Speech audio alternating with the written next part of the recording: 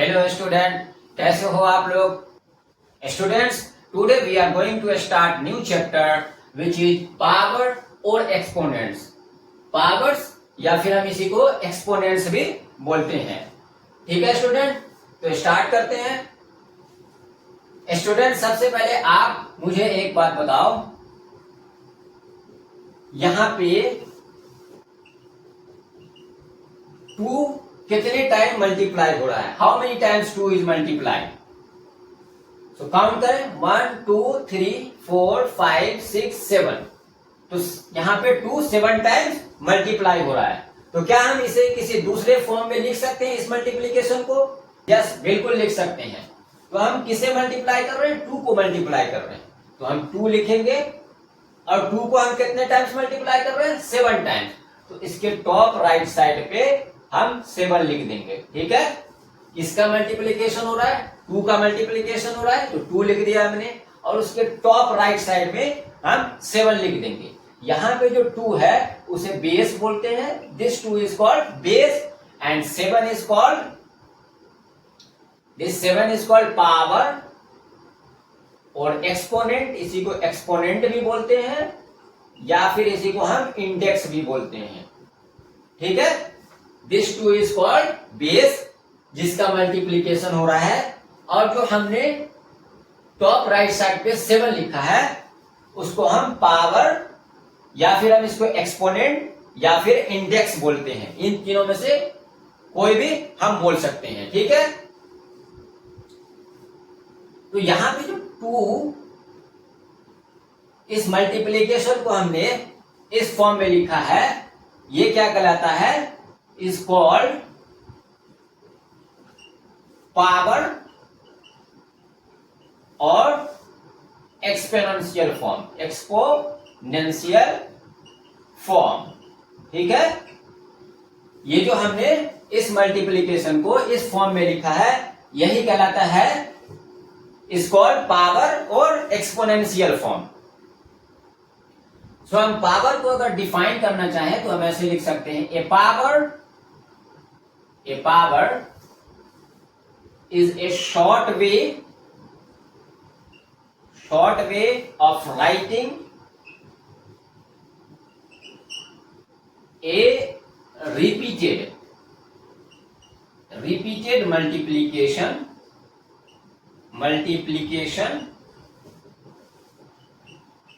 of the same number। तो power को हम अगर डिफाइन करना चाहें तो ऐसे डिफाइन कर सकते हैं, a power is a short way of writing a repeated multiplication of the same number. Power जो है शॉर्ट तरीका है, छोटा तरीका है किसी भी रिपीटेड मल्टीप्लीकेशन को लिखने का। तो आप देखें यहाँ पे 2 का रिपीटेड मल्टीप्लीकेशन हो रहा है। ठीक है, उसको हमने शॉर्ट फॉर्म में लिखा है, इस फॉर्म में। ठीक है, तो इसी को हम बोलते हैं पावर। ठीक है, अच्छा, ये जो हमने रिपीटेड मल्टीप्लीकेशन लिखा है, 2 का 7 टाइम रिपीटेड मल्टीप्लीकेशन लिखा है, यहां पे ये जो है लेफ्ट हैंड साइड वाला ये प्रोडक्ट कहलाता है। ठीक है, सिंपली प्रोडक्ट कहलाता है। और ये वाला जो है इसे हम एक्सपोनेंशियल फॉर्म कहते हैं, एक्सपोनेंशियल फॉर्म। ठीक है, इसे हम एक्सपोनेंशियल फॉर्म कहते हैं। तो पावर्स क्या है? Repeated multiplication of the same number. ठीक है, power is a short way of writing repeated multiplication of the same number. यहां तक बात समझ में आ गई? यहां पे जो हमने शॉर्ट वे में लिखा है, यहां पे जिसका मल्टीप्लीकेशन हो रहा है उसको हम बेस बोलते हैं, और जितना टाइम मल्टीप्लाई किया है हमने उसे हम क्या बोलते हैं? पावर, एक्सपोनेंट या फिर इंडेक्स बोलते हैं। ठीक है, इस फॉर्म को हम प्रोडक्ट बोलते हैं और इस फॉर्म को हम एक्सपोनेंशियल फॉर्म कहते हैं। ठीक है, यहां तक बात समझ में आ गई? चलिए अब आगे बढ़ते हैं। अगर यहां पे 12 बेस दे रखा है और पावर 6 दे रखा है, तो इसका क्या मतलब हुआ? 12 को हम 6 टाइम मल्टीप्लाई कर रहे हैं। ठीक है, हमें 12 को 6 टाइम मल्टीप्लाई करना है। हमें बेस दे रखा है 12 एंड पावर दे रखा है 6, तो इसका मतलब क्या हुआ, 12 को हमें 6 टाइम मल्टीप्लाई करना है। ठीक है, अब हम इसे पढ़ेंगे कैसे पावर को, तो वो देख लेते हैं। फॉर एग्जाम्पल हमारे पास ये दे रखा है 5 बेस और पावर 2, तो इसको क्या पढ़ेंगे, 5 रेज्ड टू द पावर 2। ठीक है, या फिर हम इसको सिंपली 5 स्क्वायर भी पढ़ेंगे। ठीक है, 2 पावर के केस में हम इसे 5 स्क्वायर भी पढ़ेंगे। सिमिलरली अगर बेस 5 दे रखा है और पावर 3 दे रखा है, तो इसको क्या पढ़ेंगे, अगेन हम इसको पढ़ेंगे 5 रेज्ड टू द पावर 3। हम यहाँ पे पावर की जगह पे एक्सपोनेंट भी बोल सकते हैं, 5 रेज्ड टू द एक्सपोनेंट 3, और 5 क्यूब भी हम यहाँ पे बोलते हैं या पढ़ते हैं। ठीक है, नाउ बेस हमें दे रखा है 5, पावर दे रखा है 4, तो इसे हम क्या पढ़ेंगे, 5 रेज्ड टू द पावर 4। ठीक है, सिमिलरली हमें अगर दे रखा है 5 बेस दे रखा है, पावर 12 दे रखा है, तो इसे हम क्या पढ़ेंगे, 5 रेज्ड टू द पावर 12। ठीक है, तो हम पावर्स को ऐसे पढ़ेंगे। 2 के केस में हम या तो हम इसे ऐसे पढ़ ले 5 रेज्ड टू द पावर 2, अगर पावर 2 है तो इसे हम ऐसे पढ़ ले 5 रेज्ड टू द पावर 2, या फिर हम इसे 5 स्क्वायर भी पढ़ सकते हैं। सिमिलरली पावर 3 के केस में 5 रेज्ड टू द पावर 3 या फिर 5 क्यूब पढ़ सकते हैं। नाउ यहाँ पे 5 बेस है और पावर 4 है, इसको क्या पढ़ेंगे, 5 रेज्ड टू द पावर 4।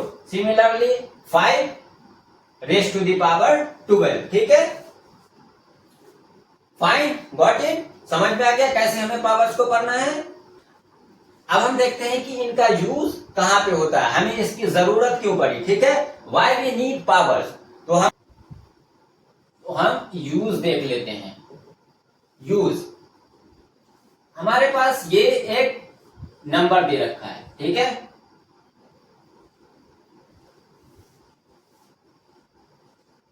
यहां पे देखिए 15 पे कितने जीरो हैं, 7 जीरो है, तो इसको हम ऐसे भी लिख सकते हैं 15 इंटू यहां पे ये कितने जीरो हैं, 7 जीरो है, तो हम इसको ऐसे लिख सकते हैं।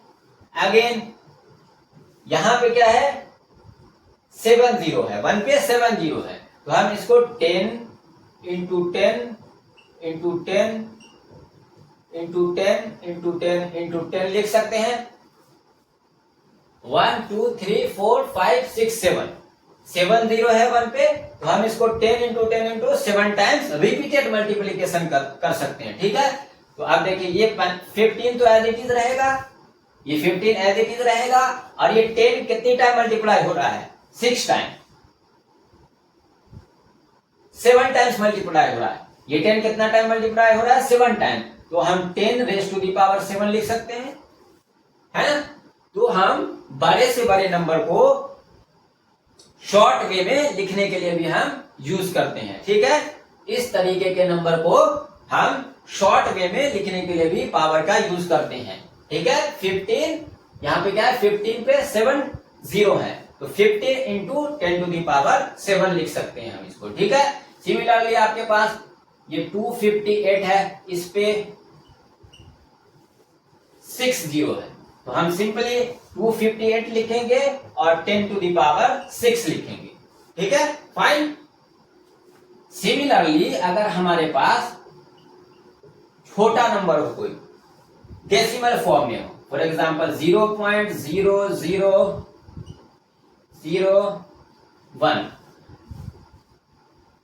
अब देखिए यहां पे कितना टाइम्स जीरो है, यहां पे अगेन 7 टाइम्स जीरो है, छोटा नंबर है, तो यहां पे हमें इसे लिखने में डिफिकल्टी हो रही है, इस नंबर को, है ना, पॉइंट के बाद बहुत सारे जीरो है, तो इसे भी हम पावर के फॉर्म में लिख सकते हैं। देखिए 11 और इसके नीचे क्या होगा, आप पॉइंट के बाद कितने डिजिट हैं काउंट करें, 1 2 3 4 5 6 7 8 9।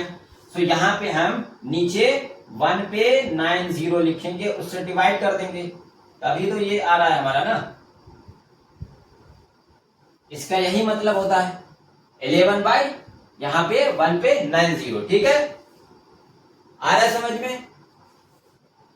आप देखें 11 बाई यहाँ पे 1 पे कितने जीरो हैं, 9 जीरो, मीन्स 10 जो है 9 टाइम्स मल्टीप्लाई हो रहा है, यहाँ पे 10 9 टाइम्स मल्टीप्लाई हो रहा है, तो हम 10 टू द पावर 9 लिख सकते हैं इसे।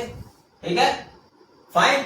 और ये जब ऊपर जाएगा ये 10 टू द पावर 9, तो ये 10 टू द पावर -9 हो जाएगा। ठीक है, 10 टू द पावर -9 हो जाएगा। और इस 11 इंटू 10 टू द पावर -9 का मतलब यही होता है 0.000000011।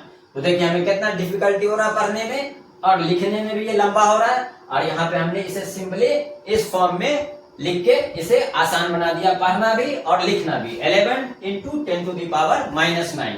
सिमिलरली एक और एग्जांपल आप देख सकते हो,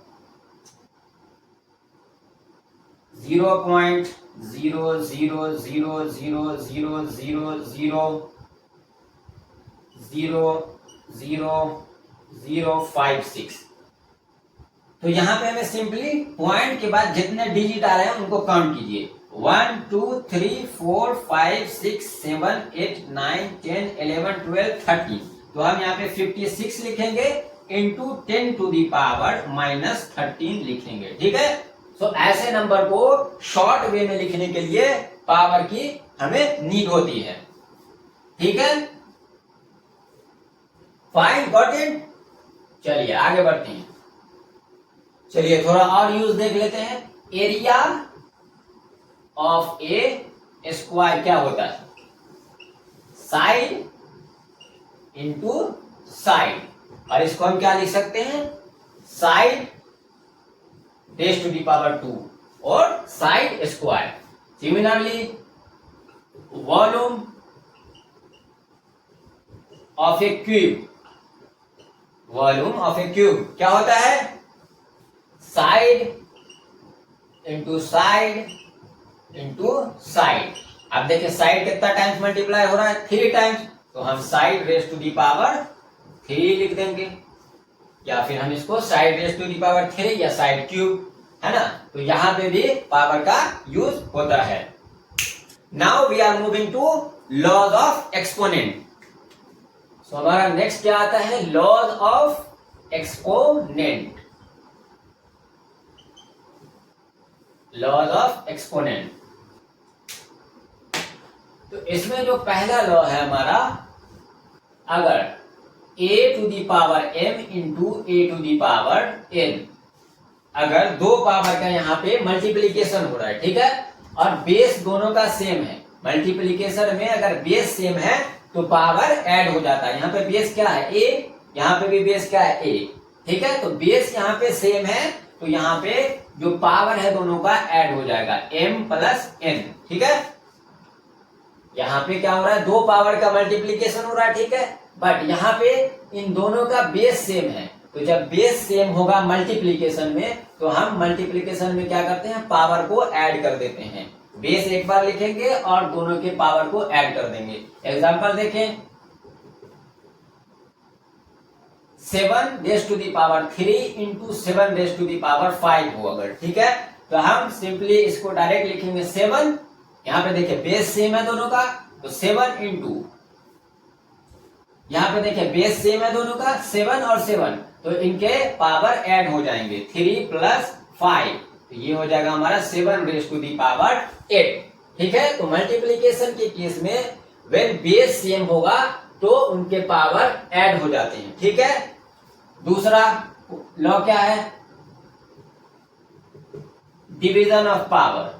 डिवीजन के केस में अगर बेस सेम हो तो पावर जो है सब्ट्रैक्ट हो जाता है। ठीक है, पावर का हम सब्ट्रैक्शन कर देते हैं, तो a raise to the power m minus n। Division के केस में हमने क्या किया, अगर बेस सेम है तो पावर सब्ट्रैक्ट हो जाएगा। ठीक है, एग्जांपल देखें, 5 raise to the power 3 divided by 5 raise to the power 2। ठीक है, यहाँ पे डिवीजन हो रहा है पावर का और बेस सेम है दोनों का। ठीक है, तो पावर क्या होगा, सब्सट्रैक्ट हो जाएगा। तो 5 raise to the power 3 minus 2 which will be equal to 5 raise to the power 1। और अगर पावर 1 होता है तो उसका मतलब सेम वही नंबर आ जाता है। ठीक है, 5 रेज टू दी पावर 1, 5 को हम क्या कर रहे हैं, 1 टाइम मल्टीप्लाई कर रहे हैं, तो 1 टाइम मल्टीप्लाई करेंगे तो 5 ही आएगा। ठीक है, तीसरा लॉ है a raise to the power m raise to the power n, power of powers. इसको क्या करते हैं, पावर ऑफ पावर्स। ठीक है, इस लॉ को क्या बोलते हैं, power of power. a raise to the power m है और उस पे फिर raise to the power n है, तो सिंपली इन दोनों पावर का मल्टीप्लीकेशन हो जाएगा, a raise to the power m into n। ठीक है, एक पावर पे अगर दूसरा पावर आ जाता है तो उसे हम मल्टीप्लाई कर देते हैं, a raise to the power m raise to the power n, तो यहाँ पे पावर का प्रोडक्ट हो जाएगा। एग्जांपल देखें, 9 6 ले लेते हैं, 6 raise to the power 3 raise to the power 2। अगर ऐसा होता है तो हम क्या करेंगे, 6 और यहाँ पे 3 इंटू 2 कर देंगे, पावर का मल्टीप्लीकेशन हो जाएगा, तो ये 6 रेज टू दी पावर 6 हो जाएगा इस तरीके से। ठीक है, फाइन। नेक्स्ट लॉ है हमारा, किसी भी नंबर पे पावर अगर 0 हो तो उसकी वैल्यू 1 होती है, a raise to the power 0 will be equal to 1। Example देखें, कोई भी नंबर ले लें, 8 raise to the power 0 will be equal to 1। तो किसी भी नंबर पे अगर पावर 0 हो तो उसकी वैल्यू हमेशा 1 आएगी। नेक्स्ट लॉ क्या है, अगर किसी भी नंबर पे पावर 1 हो तो वही नंबर, उसकी वैल्यू क्या होगी, सेम नंबर होगा। For example 18 to the power 1, 18 पे पावर कितना है, 1 है, तो इसकी वैल्यू क्या होगी, 18 है ना। 18 टू दी पावर 1, उसकी वैल्यू क्या होगी, 18 होगी। ठीक है, फाइन। नेक्स्ट लॉ क्या है, 1 पे अगर हम कोई भी पावर दे दें, 1 पे कोई भी पावर हो, इसकी वैल्यू हमेशा 1 होगी। ठीक है, एग्जाम्पल 1 की कोई भी पावर हो, 1 रेज टू दी पावर 7 क्या होगा, 1 ही होगा। ठीक है, मीन्स 1 पे कोई भी पावर हो उसकी वैल्यू हमेशा 1 होगी। ठीक है, फाइन। चलिए आगे बढ़ते हैं, और भी कुछ लॉज हैं उन्हें देखते हैं। तो नेक्स्ट लॉ है लॉ नंबर 7, -1 पे कोई भी पावर हो m, है ना, m, तो इसकी value -1 to the power m, इसकी वैल्यू 1 होगी if m is even.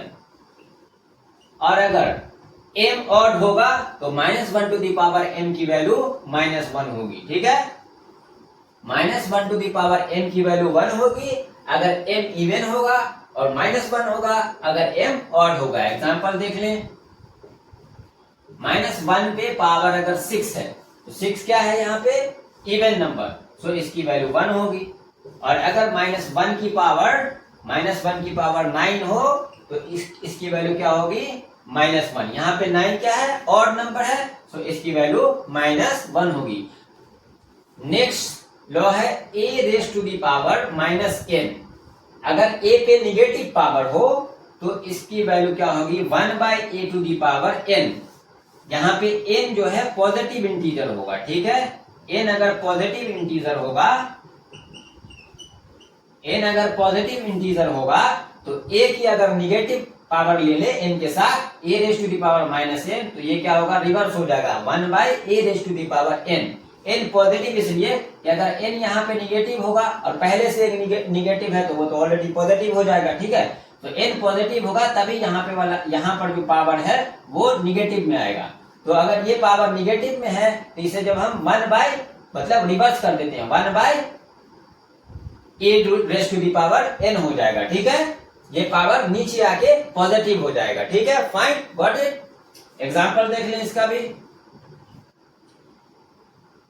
If 9 raise to the power -3, तो इसकी वैल्यू होगी 1/9 रेज टू दी पावर 3। ठीक है, ये नीचे आ जाएगा और पावर पॉजिटिव हो जाएगा। ठीक है, ये नीचे आ जाएगा और पावर पॉजिटिव हो जाएगा। फाइन।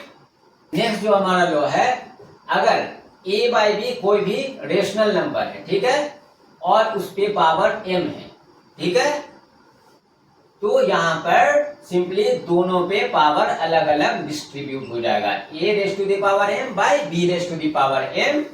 m क्या है यहाँ पे? कोई भी इंटीजर है, m एनी इंटीजर, ठीक है, m कोई भी इंटीजर होगा, ठीक है। एग्जांपल देख ले, अगर हमारे पास 4/7 है, रेस टू दी पावर 3 है, तो ये डिस्ट्रीब्यूट हो जाएगा, न्यूमरेटर पे भी पावर 3 हो जाएगा और डिनोमिनेटर पे भी पावर 3 हो जाएगा। फाइन। नेक्स्ट हमारा a by b raise to the power अगर -m है, ठीक है, -m है, तो ये क्या हो जाएगा? ये अंदर में रिवर्स हो जाएगा, b by a raise to the power positive m, ठीक है, ये निगेटिव साइन हट जाएगा और m आ जाएगा। लेकिन m जो है पॉजिटिव इंटीजर होना चाहिए, m पॉजिटिव इंटीजर होना चाहिए, ठीक है। और ये पॉजिटिव क्यों होना चाहिए? अभी मैंने पहले बताया, ठीक है। अगर a बाई बी है, raise to the power -m है, तो अंदर वाला रिवर्स हो जाएगा, डिनोमिनेटर न्यूमरेटर हो जाएगा और न्यूमरेटर डिनोमिनेटर हो जाएगा और ये पावर पॉजिटिव हो जाएगा, निगेटिव से पॉजिटिव हो जाएगा। एग्जांपल देखें, 5/6 रेस टू दी पावर -3, तो ये क्या हो जाएगा? 6/5 रेस टू दी पावर 3, ठीक है। अंदर वाला इंटरचेंज हो जाएगा, है ना, न्यूमरेटर एंड डिनोमिनेटर इंटरचेंज हो जाएगा और ये पावर निगेटिव से पॉजिटिव हो जाएगा। अब सिंपली यहाँ पे 6/5 रेस टू दी पावर 3 है, तो ये वाला रूल लग जाएगा 6 raise to the power 3/5 raise to the power 3, ठीक है। फाइन। दो और इम्पोर्टेंट पॉइंट है, उसे आप नोट कर लें। If a not equal to 0, then a inverse a raise to the power -1 को हम a इनवर्स भी पढ़ते हैं, ठीक है, -1 पावर को हम इनवर्स भी पढ़ते हैं, a raise to the power -1 को हम a इनवर्स भी पढ़ते हैं। तो if a not equal to 0, then a inverse is the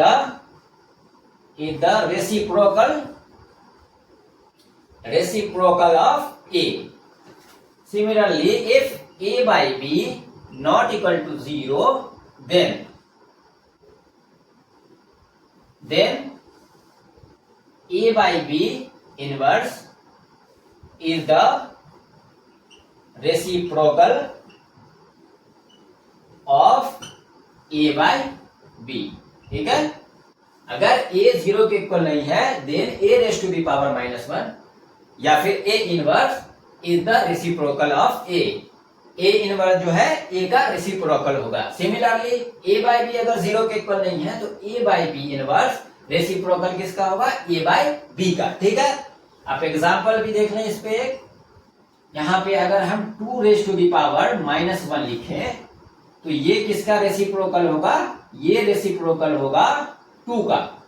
this will be reciprocal of 2, ठीक है। अब देखिए कैसे रेसिप्रोकल होगा। 2 रेस टू दी पावर -1 क्या होगा? 1/2 रेस टू दी पावर 1 और 1 रेस टू दी पावर 2 ही होगा।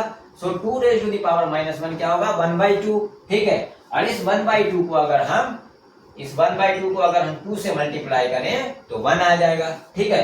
तो रेसिप्रोकल का यही मतलब होता है, अगर हम दो नंबर को एक दूसरे से मल्टीप्लाई करें और 1 आ जाए तो ये एक दूसरे के रेसिप्रोकल कहलाते हैं, ठीक है। सिमिलरली इस पे बेस्ड एक एग्जांपल देख लें। 5/6 इनवर्स, है ना, ये किसका इनवर्स होगा? 5/6 का। अब देखें 5/6 इनवर्स को अगर आप मल्टीप्लाई करो 5/6 से, तो ये क्या दे देगा? यहाँ पे क्या होगा? 5/6 इनवर्स क्या होगा? 6/5 माइनस पावर है, तो ये अंदर वाला इंटरचेंज हो जाएगा, 6/5 इंटू 5/6। तो देखें ये कैंसिल, तो दिस विल बी 1, ठीक है। तो आज की क्लास को यहीं पे एंड करते हैं। नेक्स्ट क्लास में हम इन पे बेस्ड क्वेश्चंस करेंगे, ठीक है। फाइन। सो स्टूडेंट, मिलते हैं नेक्स्ट क्लास में।